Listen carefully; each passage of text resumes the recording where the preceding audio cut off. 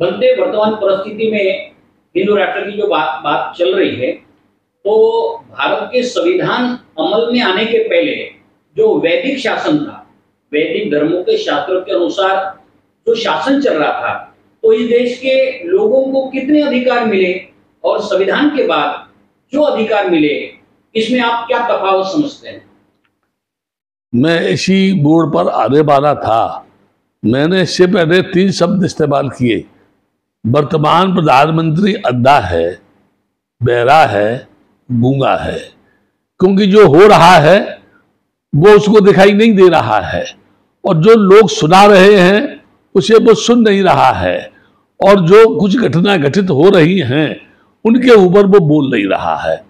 जहां तक आपने ये प्रश्न किया, इस प्रश्न के संबंध में मेरी सिर्फ एक ही बात है।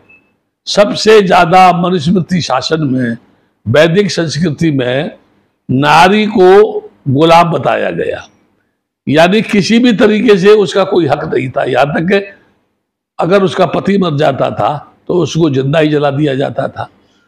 यहां तक कि जातवाद का इतना प्रकोप था कि आदमी आदमी की छाया से नफरत करता था। यहां तक कि महिलाएं जो है मंदिर में प्रवेश नहीं कर सकती थी, यहां तक महिलाएं नौकरी नहीं कर सकती थी। महिलाओं को वो अधिकार नहीं थे जो आज मिल रहे हैं, और जो अगर अधिकार आज मिल रहे हैं वो सब भारत के संविधान के द्वारा प्रदान किए गए हैं। भारत का संविधान नहीं होता तो आज देश की कोई भी नारी राष्ट्रपति नहीं बन सकती थी, प्रधानमंत्री नहीं बन सकती थी, स्पोकमैन नहीं बन सकती थी, मंत्री नहीं बन सकती थी, आईएएस पीसीएस अफसर नहीं बन सकती थी, मिलिट्री में नहीं जा सकती थी। ये सारी बातें जो है संविधान के द्वारा है, और ये संविधान दुनिया का सबसे बड़ा लोकतांत्रिक पद्धति के अनुसार देश को चलाने वाला संविधान है। इस संविधान को बनाने में डॉक्टर अंबेडकर को डिबेट में जितनी परेशानी हुई, जितनी तकलीफ हुई, कितने लोगों ने प्रश्न किए होंगे, कितने लोगों ने विरोध किया होगा, कितने लोग वो चाहते नहीं होंगे। जब उन्होंने हिंदू कोड बिल की बात की थी तो बात मानने की तो उन्होंने रिजाइन दे दिया था। मैं ये कह सकता हूँ, भारत का संविधान अगर इतना मजबूत नहीं होता तो इतने बरस तक इस देश का लोकतंत्र भी मजबूत नहीं होता। इसमें कुछ जब से सिर्फ रे लोगों का प्रवेश हुआ है, सत्ता में जो लोग आए हैं, सत्ता के नशे में जो लोग चूर है, हालांकि वो संविधान बना नहीं सकते।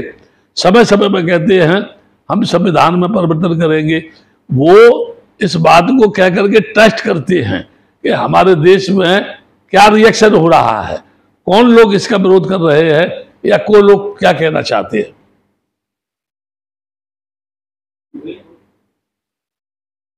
आगे चल करके मैं एक बात आपसे ये कहना चाहता हूं, अभी अभी नए नए साधु पैदा हो रहे हैं। कभी आसाराम हुए तो वो जेल में है, फिर उसके बाद में राम रहीम हुए, वो भी जेल में है। कई बार जगत गुरु शंकराचार्य पर हत्या का आरोप लगा, उनके मठ में हत्याएं हुई। कई कई शंकराचार्यों के मठों पर आपस में विवाद हो रहा है। ये योगी राज आदित्यनाथ कैसे मुख्यमंत्री बने, इसकी भी एक कहानी है जो गोरखपुर के लोग और यूपी के लोग जानते हैं। मैं यहाँ ये कहूँगा, कुछ लोग बोल रहे हैं, पहले इनकी चर्चा ये थी हम हिंदू गणराज बनाएंगे, हिंदू बनाएंगे, हिंदू बनाएंगे, जबकि मेरा ये कहना है किसी भी शास्त्र में हिंदू शब्द का प्रयोग नहीं किया गया है। ये भी ठीक उसी प्रकार से है कि राम लला का जन्म अयोध्या में हुआ था, राम यही पैदा हुए थे। इस बात को बार बार लोग ये कहते हैं, बार बार ये लोग जो बोल रहे हैं हिंदू हिंदू हिंदू, वैसे ही बोल रहे हैं जैसे पहले बोल रहे थे रामलला हम आएंगे, मंदिर यही बनाएंगे, और आक्रोश में आके उसको तोड़ दिया। यही नहीं, उसके बाद तो काशी भी हमारा है, ये भी हमारा है। अभी अभी एक नाटकबाज देखने में एक तरीके से मुझे तो जो है किन्नर नजर आता है, बालों से अदाओं से, वो जो है वो बोल रहा है कि आगरा की मस्जिद के नीचे भगवान केशव की मूर्तियां हैं जो मथुरा से लाई गई, वहां स्थापित की गई है, उसकी खुदाई होनी चाहिए। किसी ने पूछा कि आप इस तरह की बयानबाजी क्यों दे रहे? बोले हमारे भगवान जहाँ हैं और हमको मालूम है अगर हम उनके लिए लड़ाई नहीं लड़ेंगे तो कौन लड़ेगा, है ना। कथावाचक, महान कथावाचक है। मेरा उनसे एक प्रश्न है, तुम्हारी जितनी चीजें हैं जहां जहां हैं तुम उनको मांगो, तुम्हारा अधिकार है, मैं तुम्हारा सम्मान करता हूं और मैं तो कहता हूं तुम्हारे जैसे आदमी की आरती उतारनी चाहिए।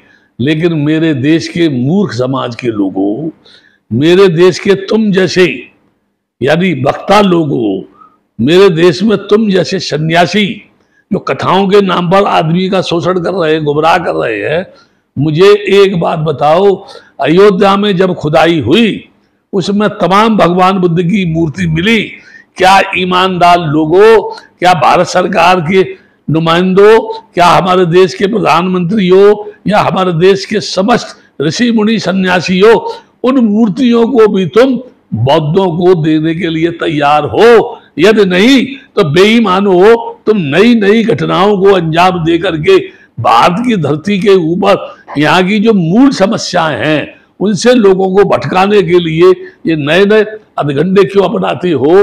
तुम गरीबी की उन्मूलन पर क्यों नहीं बोलती हो? तुम बेरोजगारी की समस्या पर क्यों नहीं बोलती हो? तुम देश की एकता अखंडता के ऊपर तुम क्यों नहीं बोलती हो? तुम भारत को मजबूत करने के लिए क्यों नहीं बोलती हो?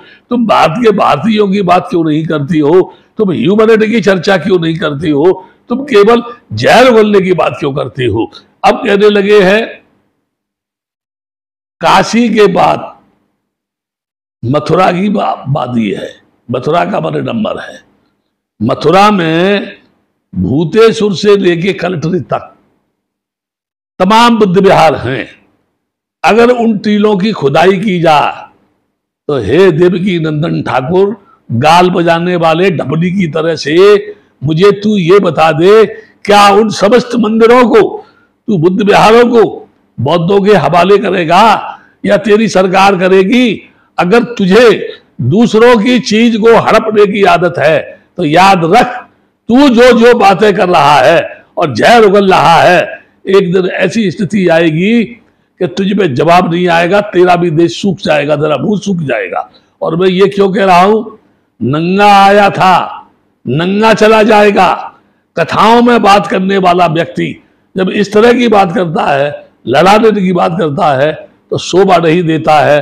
और इसी तरह का जहर हमारे देश में साधु सन्यासी बेलगाम घोड़े की तरह से दौड़ने में लगे हुए हैं, परोसने में लगे हुए हैं, समाज को बढ़ाने में लगे हुए हैं, उन्हें शर्म आनी चाहिए।